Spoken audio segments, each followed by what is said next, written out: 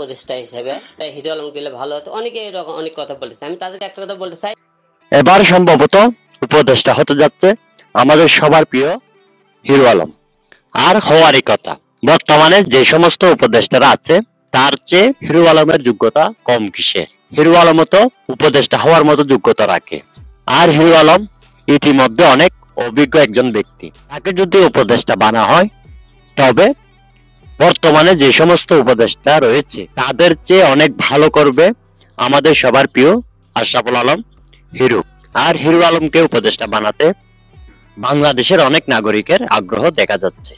আর ইতিমধ্যে উপদেষ্টা হওয়ার দূরে এগিয়েও আছে আমাদের সবার প্রিয় আশরাফুল আলম হিরো।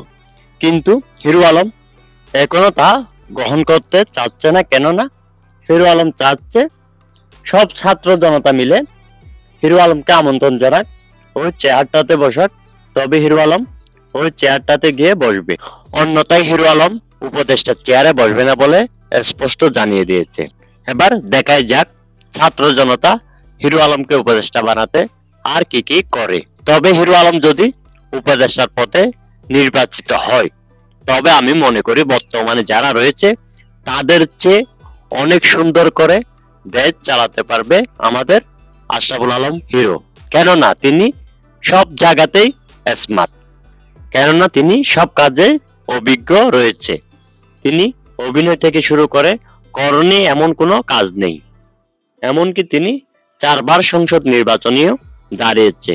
সেই হিসাবে হিরো আলম উপদেষ্টা হওয়ার মতো যোগ্যতা রাখে। আপনিও কি চান হিরো আলম উপদেষ্টা হিসেবে নির্বাচিত হোক? এ বিষয়ে আপনার মতামত কি অবশ্যই কমেন্ট বক্সে জানাবেন।